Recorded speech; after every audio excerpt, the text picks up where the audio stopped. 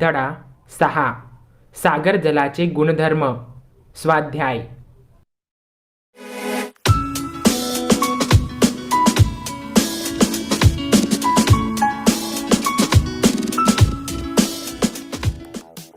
प्रश्न 1.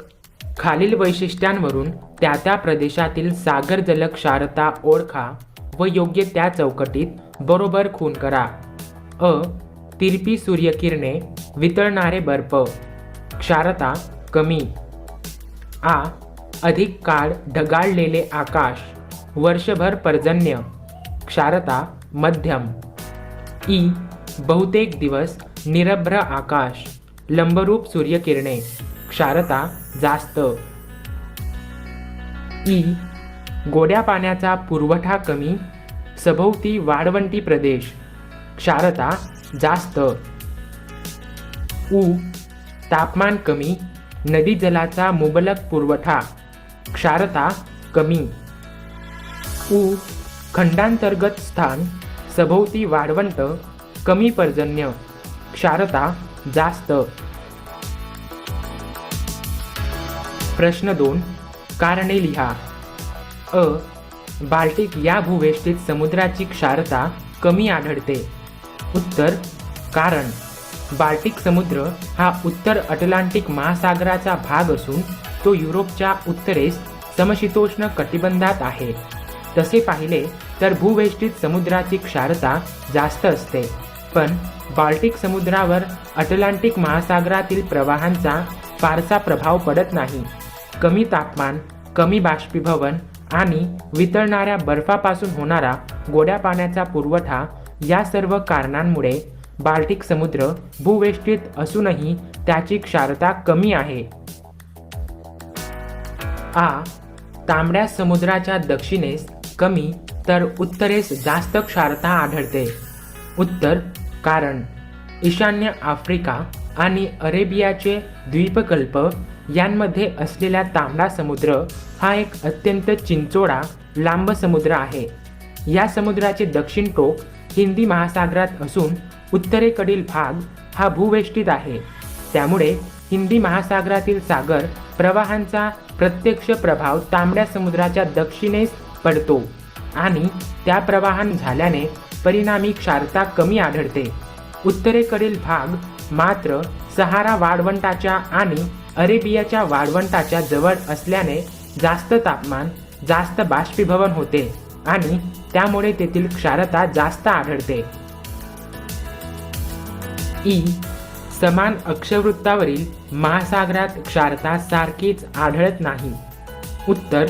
कारण सागर जलाची क्षारता ही अक्षवृत्तापेक्षा तापमान, गोड्या पाण्याचा पुरवठा आणि सागराची खोली किंवा बंदिस्त स्वरूप या घटकांवर अवलंबून असते. त्यामुळे महासागर समान अक्षवृत्तावर असेल तरी त्यांची क्षारता एकसमान आढळत नाही. उदाहरण, हिंदी महासागर आणि अटलांटिक महासागरात समान अक्षवृत्तांवर क्षारता सारखीच आढळत नाही. ई. वाढत्या खोलीनुसार सागरी जलाचे तापमान विशिष्ट खोलीपर्यंत कमी होत जाते. उत्तर. कारण सागरपृष्ठावरून बहुतांश सूर्यकिरणे परावर्तित होतात, तर काही प्रमाणात सूर्यकिरणे सागर जलाच्या ठराविक खोलीपर्यंत पाण्यात शिरकाव करू शकतात. परिणामी वाढत्या खोलीनुसार सूर्याच्या उष्णतेची तीव्रता कमी होत जाते. त्यामुळे वाढत्या खोलीनुसार सागर जलाचे तापमान विशिष्ट खोलीपर्यंत कमी होत जाते. उ. भारताच्या पूर्व किनाऱ्यापेक्षा पश्चिम किनाऱ्यावर जास्त मिठागरे आढळतात. उत्तर. कारण भारताच्या पश्चिमेस अरबी समुद्र असून पूर्वेकडे बंगालचा उपसागर आहे. अरबी समुद्राचा बहुतांश भाग हा उष्णकटिबंधात आहे. वर्षातील बहुतांश दिवस या समुद्रावर स्वच्छ सूर्यप्रकाश आणि जास्त तापमान आढळते. त्यामुळे बाष्पीभवनाचा वेगही जास्त आहे.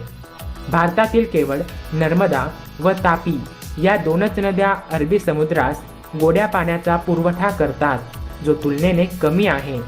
या सर्व कारणांमुळे अरबी समुद्राची क्षारता 36% फक्त इतकी आहे.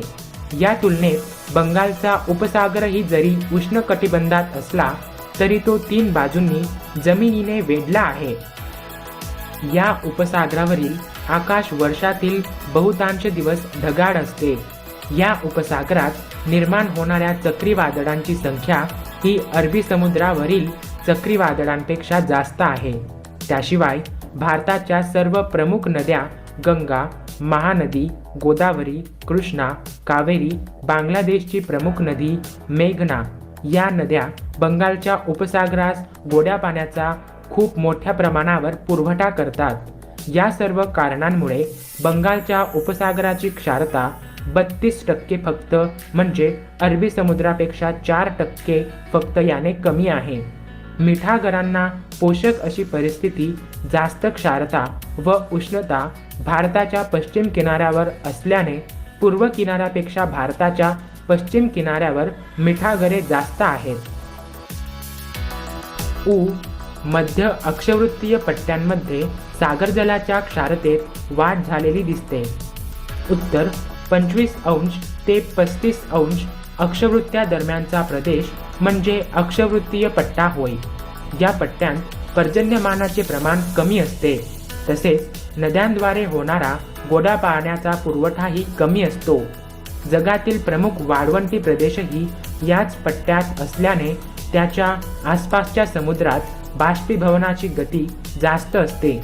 या सर्व कारणामुळे मध्य अक्षवृत्तीय पट्ट्यामध्ये सागरजलाच्या क्षारतेत वाढ झालेली दिसते. प्रश्न 3. खालील प्रश्नांची उत्तरे लिहा.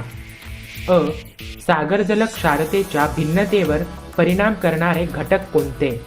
उत्तर विषुववृत्तापासून ध्रुवापर्यंत तापमान. दिवाली पे पापा को बढ़िया सा स्मार्टफोन गिफ्ट करें. बढ़िया है, पर जब तक चला के ना देखो विश्वास नहीं होता. फिकर नॉट दादी, गूगल पास वाली दुकान दिखा देगा. देख आते हैं. हाँ हाँ, girls day out. Shop with Google search. तापमानातील अक्षवृत्तीय बदल, बाष्पीभवनाचे कमी अधिक प्रमाण, सागराला मिळणाऱ्या नद्याद्वारे होणारा गोड्या पाण्याचा पुरवठा आणि समुद्राचे खुले किंवा भूवेष्टित स्वरूप हे सागरजल क्षारतेच्या भिन्नतेवर परिणाम करणारे घटक आहेत. कर्कवृत्त व मकरवृत्तावरील क्षारता वितरण स्पष्ट करा. उत्तर कर्कवृत्ताच्या आसपास सागरजलाची क्षारता 36% इतकी आहे.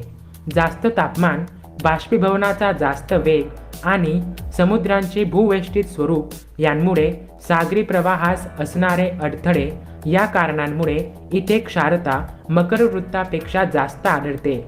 या तुलनेत मकरवृत्ताजवळ सुमारे 35% इतकी क्षारता दिसून येते. मकरवृत्ताजवळ कर्कवृत्ताच्या तुलनेत जमिनीचे प्रमाण कमी आहे. त्यामुळे अटलांटिक, हिंदी व पॅसिफिक महासागरातील सागर प्रवाहांमुळे क्षारतेचे नियंत्रण होते. सागरजलाच्या तापमान भिन्नतेवर परिणाम करणारे घटक कोणते ते लिहा.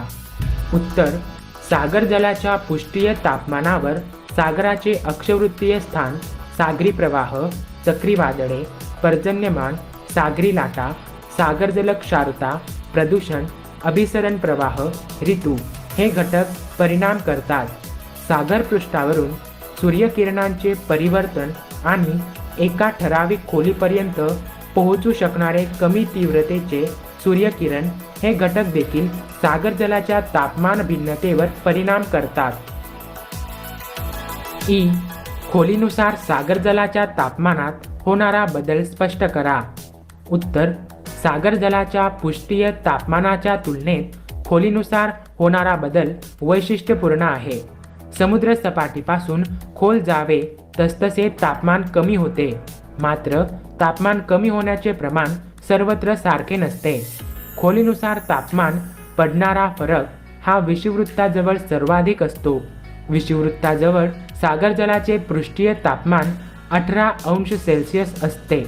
मध्य अक्षवृत्तावर 14° ते 4° इतके असते. ध्रुवीय प्रदेशात मात्र पृष्ठीय आणि खोलवर तापमान सर्वत्र 4 अंश सेल्सिअस असते. सागर पृष्ठावरून बहुतांश सूर्यकिरणे परावर्तित होतात, तर काही प्रमाणात सूर्यकिरणे सागराच्या ठराविक खोलीपर्यंत पाण्यात शिरकाव करू शकतात. त्यामुळे 2000 मीटर खोलीनंतर सागर जलाचे तापमान सर्वत्र सारखे आढळते. ध्रुवीय प्रदेशापासून विषुववृत्तीय प्रदेशापर्यंत ते सर्वत्र सुमारे 4 अंश सेल्सिअस असते. खोलीनुसार सागर जलाचे तापमान सुमारे 4 अंश सेल्सिअस पर्यंतच कमी होते. उ. क्षारतेवर परिणाम करणारे घटक लिहा.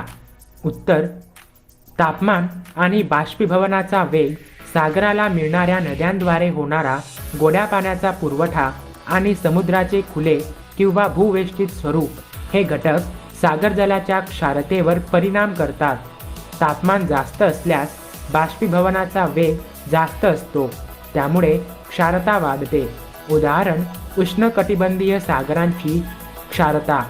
याउलट समशीतोष्ण कटिबंधीय प्रदेशात सूर्यकिरणे तिरपे पडतात, तापमान कमी असते, त्यामुळे बाष्पीभवन कमी होते, म्हणून क्षारता कमी असते. सागराला मिळणाऱ्या नद्या.